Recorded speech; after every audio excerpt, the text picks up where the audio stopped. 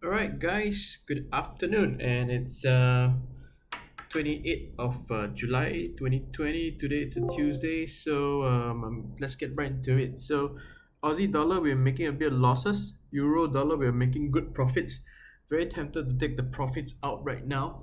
But let's just take a look and see how we can uh look at the charts. So let's get right into it. So Aussie dollar we had bought, but it actually started to. The picture is still pretty much the same. Trend is up. Red line is let me see. Red line is a bit up to flat-ish. Blue line is definitely down. So it will take off these lower numbers, but if price stays around here, we are actually poised to actually have an up movements for this what do you call that? This charts. So I will still hold on to the trade for now. I think there is still room for growth, even if it comes down to these whole areas. As long as it doesn't come below these areas, it will be fine.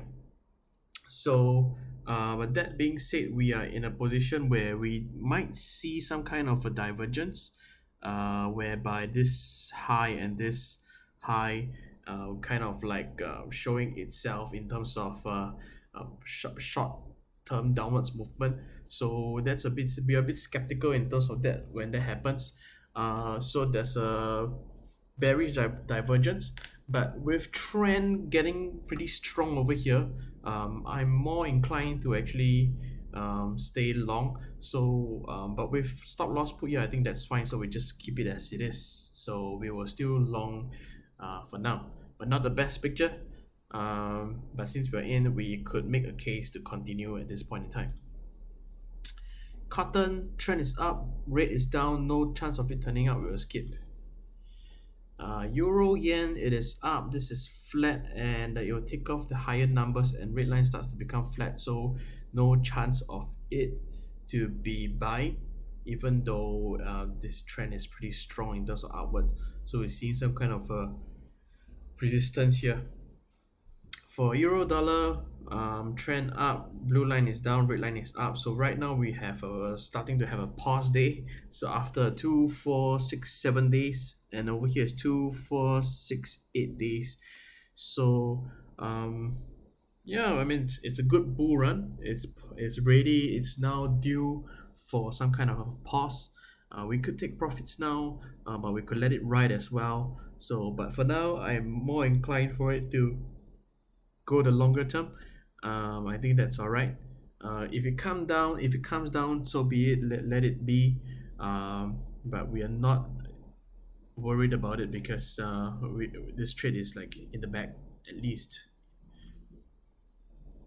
Pound is pretty flat with a little uptick and a little upwards trend.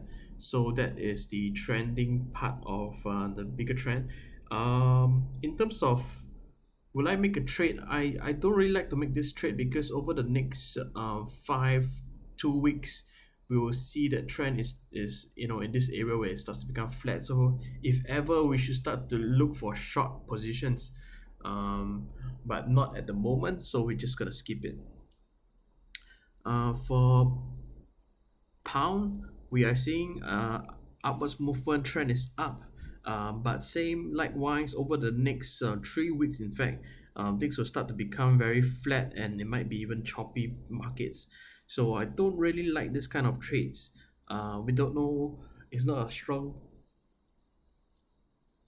trading environment. So in terms of the trend, so we'll not touch it as well. But we will want to look for short opportunities over the next couple of weeks if price starts to hover around here and starts to dip a little bit. So definitely look for maybe a short kind of a position. For gold, we have this inverted hammer, what they call it. Price is due for a retracement, at least due to the high numbers over here. So that being said, could actually look to short in this area just because it's too high, but I will not do that because it's just trading. It was against my trading principles. I will only look to trade for trends that are or trade with the trends, or very very strong signals in terms of against the market. But for now, it's just a pause retracement. Definitely not take a trade on second thoughts. Heating oil, its trend should be up. Yep, trend is up, and in terms of it coming, you take off these lower numbers of the blue lines, so it will actually start to become flat in terms of the red line. So we expect to have a choppiness in this price area. No trades. For live cattle, it should be up, coming flat kind of a chart. Yeah, so it's now in the area of the pricing is seemed very close to the 50 days earlier. So expect to be very choppy with zero week trend. For the loonies,